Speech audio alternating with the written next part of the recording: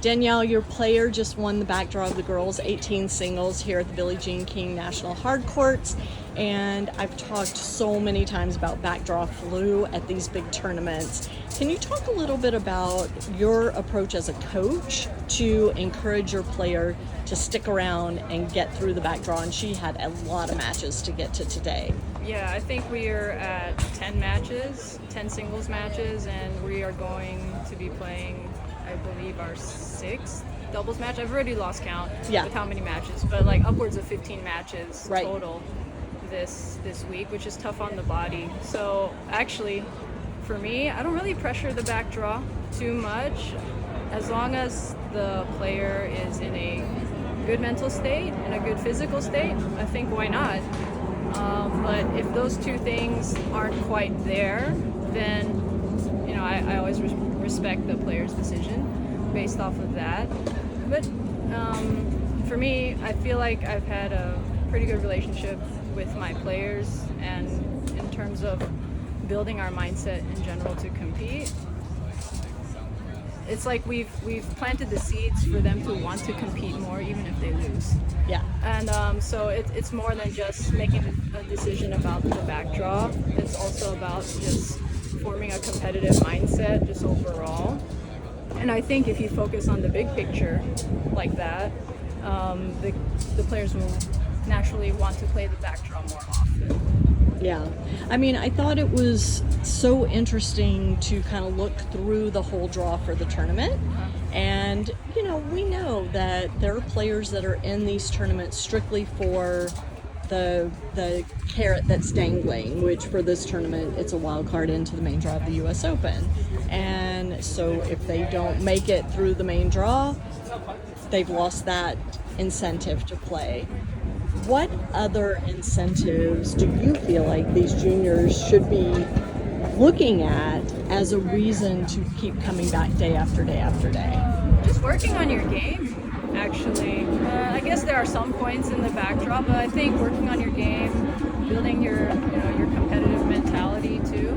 You don't really get match reps unless you're at the tournament. You can play practice matches, but it's not quite the same. My players and I, we spend a lot of time training, and so when we get to match time, it's a totally different environment and atmosphere, and getting as many of those as you can, it only just builds the player. So in general, just development really is important in playing the Backdraw, and also for college coaches. College coaches want to see you be able to college coaches want to be able to see you bounce back after a loss. Right. Also, because during the dual season, it doesn't really matter if you win or lose. You may need to play the next day, and if you're hanging your head for too long, you're probably not going to perform very well. So just building that tolerance in order to be resilient after a loss is important. So yeah, those are the two main things. And for us, when we approached this Backdraw, it was like, okay, we had a tough second round against Alexis, and Natalie just wanted to compete more. Not every day we were completely motivated, but we had certain things about her game and her mentality that we wanted to focus on. And we knew there was huge value in coming out here and putting ourselves under that stress to see if we could get better. And it doesn't always end up like this where you win the Backdraw, but it's pretty sweet that it did this week. But regardless of if it does end up like this or not, it's still super valuable to get extra matches in the Backdraw. And just so people understand, the Backdraw at a tournament that lasts a week like this one is 2 singles matches every day. Yeah. Plus, Natalie stayed in the doubles till the very end. Now she's got the 3-4 playoff today, so yet another doubles match. So she was playing 3 matches a day every single day for a week straight.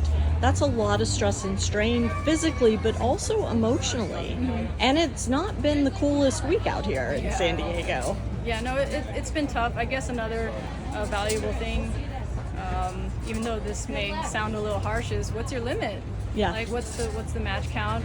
I think at a high level you kind of want to know what your limit is too, so that when you do your scheduling, whether it's during college or beyond college, you know where you tend to break down in terms of how many matches you're playing.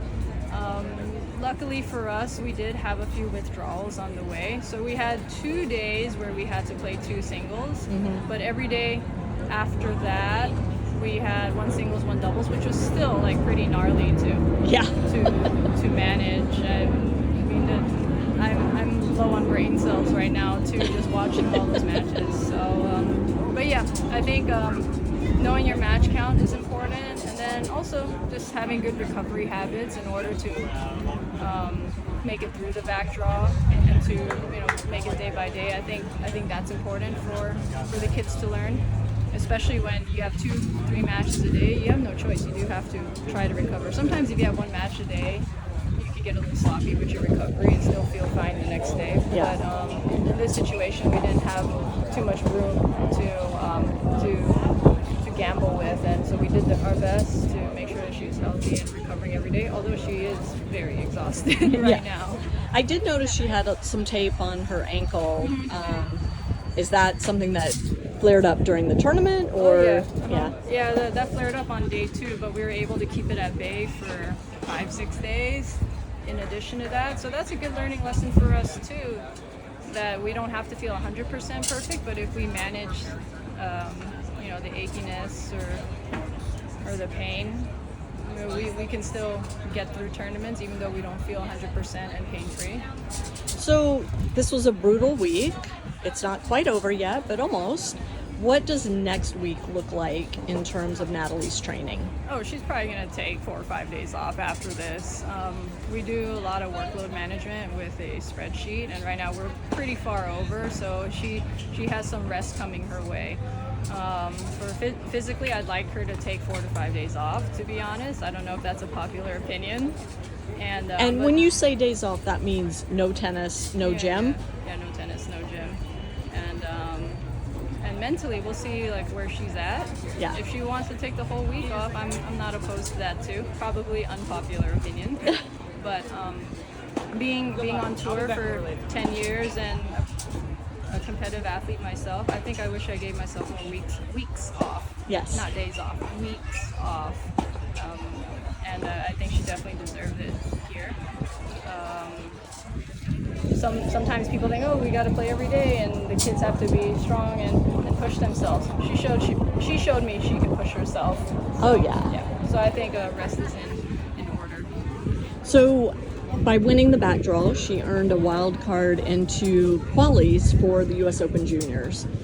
How do you prepare for something like that, knowing that if she gets through qualies, she's got,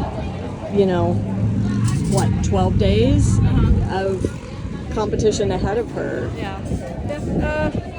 I mean, we just take it day by day, actually. I think this was a really good test to see how many days we can last. Prior to this, we actually had a training block where I had her go 8 or 9 days straight in preparation for something like this that may possibly happen. And so now it actually did happen.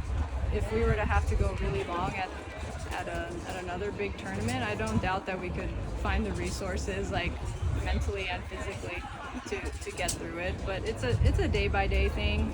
I don't know what else to say about that. Yeah, no, that's awesome. Danielle, thank you so much. I'm going to let you go get some food and get ready for the doubles, but always a pleasure to chat. You're welcome. Good to see you.